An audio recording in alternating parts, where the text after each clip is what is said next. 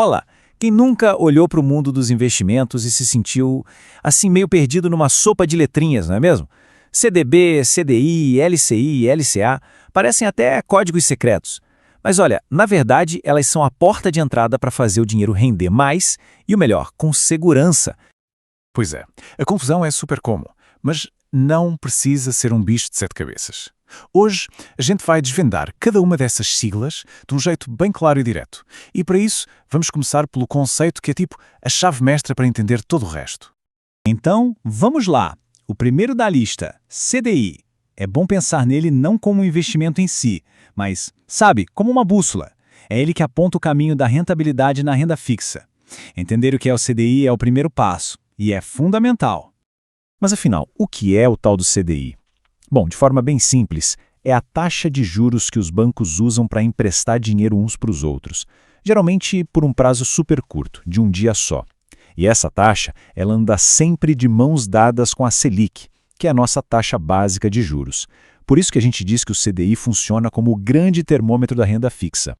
E aqui, atenção, porque esse é o ponto onde muita gente se confunde. Não dá para comprar CDI. Ninguém chega lá e investe diretamente no CDI. Pensa nele como uma régua. É um índice, uma referência que a gente usa para medir o rendimento de outros investimentos. Tipo quando um CDB diz que rende 110% do CDI. Ok, agora que a gente já entendeu a referência, o termômetro, vamos para a prática.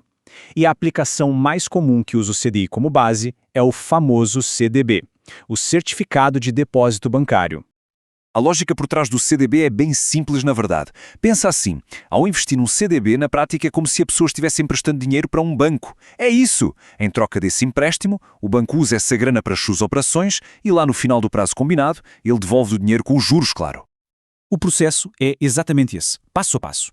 O dinheiro é emprestado ao banco, o banco, por sua vez, trabalha com esse capital e, no final, o investidor recebe o dinheiro de volta com a sua parte do lucro, que são os juros. É uma troca bem direta e segura e uma das formas mais clássicas de buscar um rendimento melhor que o da poupança. E o legal é que existem, digamos, sabores diferentes de CDB. Tem o pré-fixado, que já diz na largada exatamente quanto vai render, certeza total. Já o pós-fixado, que é o mais comum de todos, atrelado ao CDI, faz o rendimento acompanhar o sobe e desce da economia. E ainda tem o híbrido, que protege da inflação e ainda garante um ganho fixo. A escolha aqui vai depender muito da expectativa de cada um sobre o futuro da economia. Agora, um detalhe super importante sobre o CDB. O imposto de renda. Ele existe, mas só como uma fatia dos rendimentos, não do valor total. E funciona com essa tabela regressiva. A mensagem é bem clara. Quanto mais tempo o dinheiro fica lá, investido, menor é a mordida do imposto. É um belo incentivo para pensar no longo prazo, não é? Certo. CDB já está dominado. Agora vamos conhecer os primos famosos dele, a LCI e a LCA. Eles são bem parecidos com o CDB, mas olha, eles têm uma vantagem competitiva que é difícil de resistir. Então, LCI e LCA também são, na essência, empréstimos para bancos. A grande diferença é que o dinheiro aqui tem um destino carimbado, sabe? É obrigatório. No caso da LCI, a grana vai para o setor imobiliário. E na LCA, vai direto para o agronegócio, dois setores super importantes para a nossa economia. E aqui está o grande pulo do gato, o motivo de tanta gente gostar delas. Para a pessoa física, tanto o LCI quanto o LCA são isentas de imposto de renda. É isso mesmo, a rentabilidade que aparece ali é a que vai para o bolso limpinha, sem desconto. Por isso que muitas vezes vale a pena fazer a conta. Um LCA com uma taxa um pouco menor pode acabar sendo mais vantajoso que um CDB com uma taxa maior por causa dessa isenção. Mas como a gente sabe, não existe almoço grátis no mercado financeiro, né? Essa vantagem fiscal da LCI e da LCA geralmente vem com uma contrapartida. E qual é? Normalmente uma liquidez menor.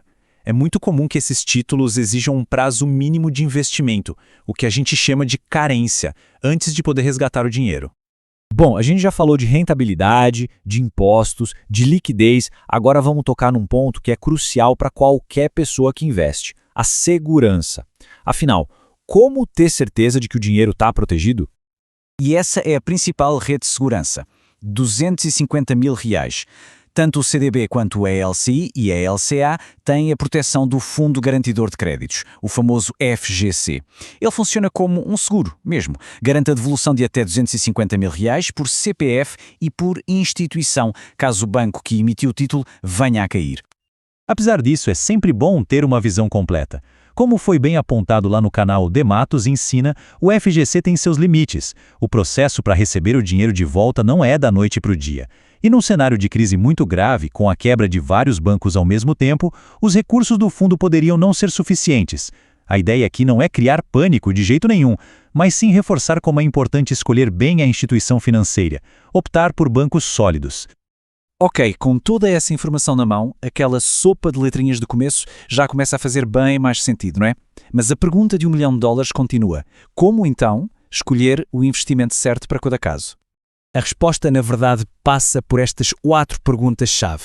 Primeiro, qual o objetivo? Para que é esse dinheiro? Segundo, o prazo. Quando essa grana vai ser necessária? Terceiro, a liquidez. Precisa ter acesso rápido a ela? E por último, o risco. Qual o nível de conforto com a solidez do banco? Por exemplo, se for uma reserva de emergência, liquidez diária é essencial. Então, CDB de um bancão pode ser o ideal. Agora, se o plano é comprar um imóvel daqui a 3 anos, aí dá para abrir mão da liquidez e buscar a rentabilidade de uma LCI. Analisar estes fatores é o que vai guiar a melhor decisão. Agora, com esses códigos todos decifrados, o poder de decisão está aí. Aquela sopa de letrinhas deixou de ser um obstáculo e virou um cardápio de oportunidades. Avaliar, comparar e, principalmente, escolher com consciência, esse é o caminho para um futuro financeiro mais sólido. A pergunta que fica é: qual vai ser o próximo passo?